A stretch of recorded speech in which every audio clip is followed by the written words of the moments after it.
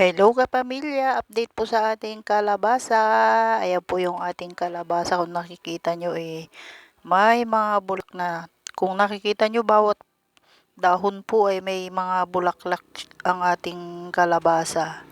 Kaya ayan kapamilya, nako, blessing na naman tong bigay ng ating mga pananim. Kaya tingnan nyo, kailan lang natin to tinanim, pero ready na silang mamulaklak. Kaya ayan kapamilya, ayan, sana mamunga siya ng marami at aalagaan natin tong mabuti para kahit papano malabagay kasi itong kalabasa kapamilya. Kahit na bulaklak, talbo, siyempre may bunga din yan o maraming pakinabang tong ganitong pananim. At ito naman kapamilya, napakalis lang nating inantay. Kailan lang natin to itinanim, pero tingnan nyo, ready na siyang mamulaklak at syempre mamumunga na yan pagka ganyang may mga pabulak na siya. Kaya ayan kapamilya, yung ating mga pananim na kalabasa. Ayan, at kailan lang natin yan itinaas kapamilya, pero yan, kasi iba talaga pagka nakaayos yung ating mga pananim, kasi syempre mas maganda yung nakaayos na mabuti yung ating pananim at yan naman mamumunga ng maganda rin at marai. Ayan kapamilya. Update sa kamatis kapamilya. Good morning po. Ayan, may mga bunga na tong ating mga kamatis at tingnan nyo, nung nailagay natin sila sa kanilang mga balag. Tingnan nyo yung ating mga kamatis.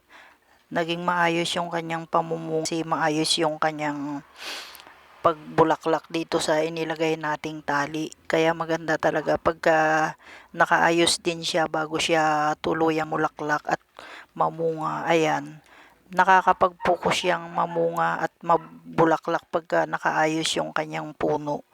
Kaya ayan kapamilya, maganda pag inilagay natin siya dito sa kanyang balag. Kasi itong kamatis na to kapamilya, mataas po kasi itong pinakapuno niya. Kaya maganda talaga pagka nilalagyan natin mga tali para pagka namunga, namulaklak, maayos siyang namumulaklak at namumunga dahil may nakatali sa kanyang puno. Kaya ayan kapamilya, yung ating mga pananim na kamatis, ayan o, ready na naman tayo mamitas pagka yan nagsilaki at nagsihinog yung ating mga kamatis.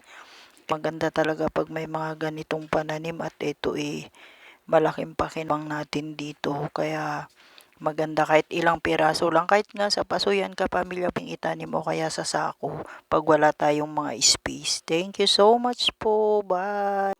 Good morning kapamilya, kamusta po? Ito na po yung mga nung ating singkamas kapamilya. At ayan po, nung nakaraan pinakita ko po sa inyo, bulaklak lang po. Pero eto na po siya, ready na for harvest yung ating bunga ng singkamas kapamilya. At yan naman kapamilya, nako, sabi ko nga sa inyo, isa yan sa paborito nating gulay. Kaya ayan, pagka malalaki na yung ating talong, pipitasin na natin yan. Kasi may nakita na ako doon bunga ng ating talong ready na for harvest. Kaya pipitasin natin yung bunga ng ating singkamas kapamilya. Ayan, at nako, talaga namang mapapa-extra rice na naman tayo dito. Kasi nga, yung ganyang ulam marap ihalo yan sa pakbit. Kahit sa saluyot kapamilya, masarap din yan. Kaya ayan kapamilya, kung nakikita nyo, napakarai pa rin yung bunga At may mga malit pang mga kasunod. Kaya kung naaalala nyo, kailan lang yan naging bulaklak, tapos ngayon eto na, siguro isang linggo o mahigit isang linggo. Kaya nabilis pong antayin kapamilya. Isa rin po ito sa napakagandang itanim na gulay, kasi yan laman lang po yan ng singkamas. Itanim natin, may tubo na siyang mahaba. Kaya ayan, itinanim na natin para hindi siya masayang at ngayon napapakinabangan natin. At yan naman matagal ang buhay niyan. Basta yan, hindi natatanggal yung laman kapamilya, hindi yan matutuyo at sa susunod na tag-ulan tutubo pa ulit yan. Kaya maganda pagka ganyang may mga pananim tayo, yan, minsanan mo lang itanim, sa susunod na tag-ulan tutubo siya. Kaya ayan ang maganda sa kanya kapamilya. Kaya ayan yung ating mga pananim kailan lang natin tinanim, ngayon makikinabang tayo sa bunga ng ating mga itinanim. Kaya ayan kapamilya, maganda po talaga pag nagtatanim po tayo ng mga ganitong gulay at malaking pakinabang at matagal ang pakinabang dito sa mga ganitong pananim. Kaya thank you so much kapamilya. Ayan po yung ating mga bunga ng singkamas. Bye! Hello kapamilya, kung naalala nyo yung sitaw nating turo at nagtanggal tayo ng dahon, ayan, bawat pinagtanggal natin ng dahon sa mga pagitan niya mga kapamilya, nagkaroon siya ng bulaklak.